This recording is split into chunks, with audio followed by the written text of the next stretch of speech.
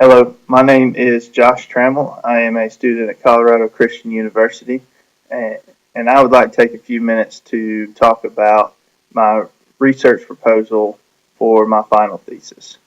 By 2020, millennials will make up 50% of the global workforce. A quick search on Amazon.com using the keyword millennial produces 4,440 books just on the subject of millennials. And the recent popular TED Talks has dozens and dozens of videos of speakers and experts talking about their opinions on millennials. Each of these videos have hundreds of thousands of views on them. A quote from the book Managing Millennials says, "If baby boomers and Gen X professionals do not attract and connect with millennials, the loss could be devastating." All of these things just point to the real world problem that exists today between managers and leaders in older generations and the new millennials coming into the workforce. Companies and managers need to learn how to connect and interact with millennials. And I believe that there are three things that will help these groups understand how to lead millennials. The first thing is they need to learn who millennials are. There are several things that we can focus on when trying to learn about who millennials are. These things are looking at how their parents raised them and how that affected their lives. Looking at big world events and how they changed millennials' worldviews, and also understanding how they see religion and how that affects the norms of society that may be different because they don't see religion the same way. The second thing is to learn what motivates millennials. The motivation that most companies used in the past doesn't seem to be working with millennials, and I think that's because there's several things that millennials see as important that hasn't been seen that way in the past. Some of these things are they want to make sure that they're in a position that they know that they can grow and develop in. They want to be challenged on a regular basis, and they want that challenge to be a little bit different every day. They don't want to get stuck in the same rut and do the same thing over and over again. Another thing is uh, they see themselves as being associated with the company that they work for. So they want to make sure that the company they work for has the same social values that they do.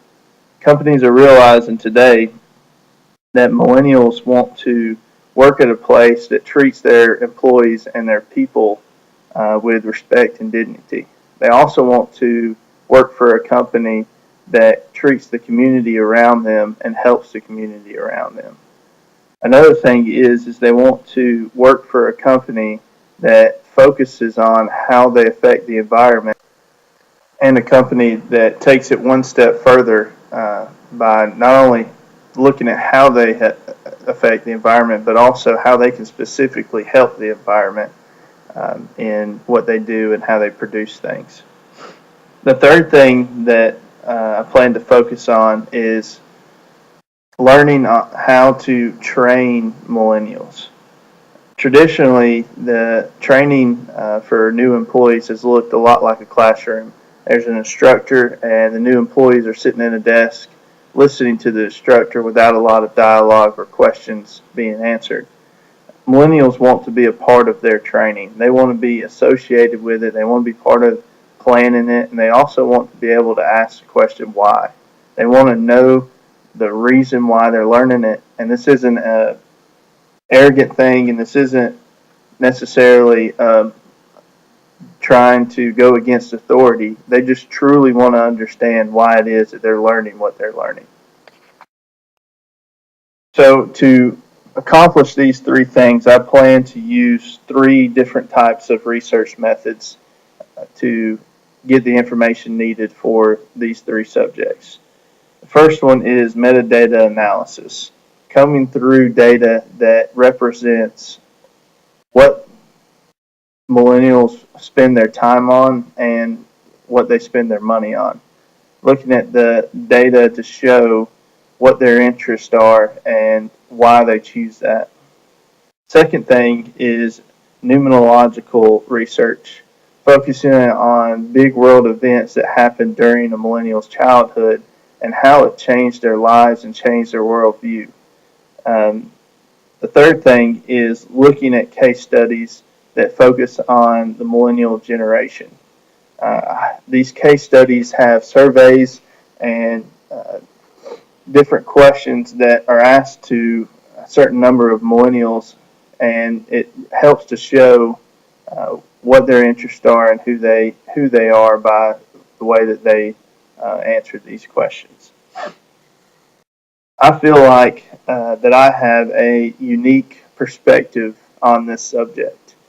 There are a lot of books, there are a lot of information out there where people are focusing on millennials and how to train them, how to manage them, and there's tons of research on leadership in general. But I feel like that I have a little bit different perspective than most of this information because I can see both sides and interact with both sides of this subject. I am 26 years old, so I fall into the millennial generation, but I'm also a business unit leader at Southeastern Mills, and many of my peers, other business unit leaders, are older and come from the older generation. So I have a very unique real world perspective on how these two groups interact and how it affects the companies and those around them. My hope for this project is to do two things.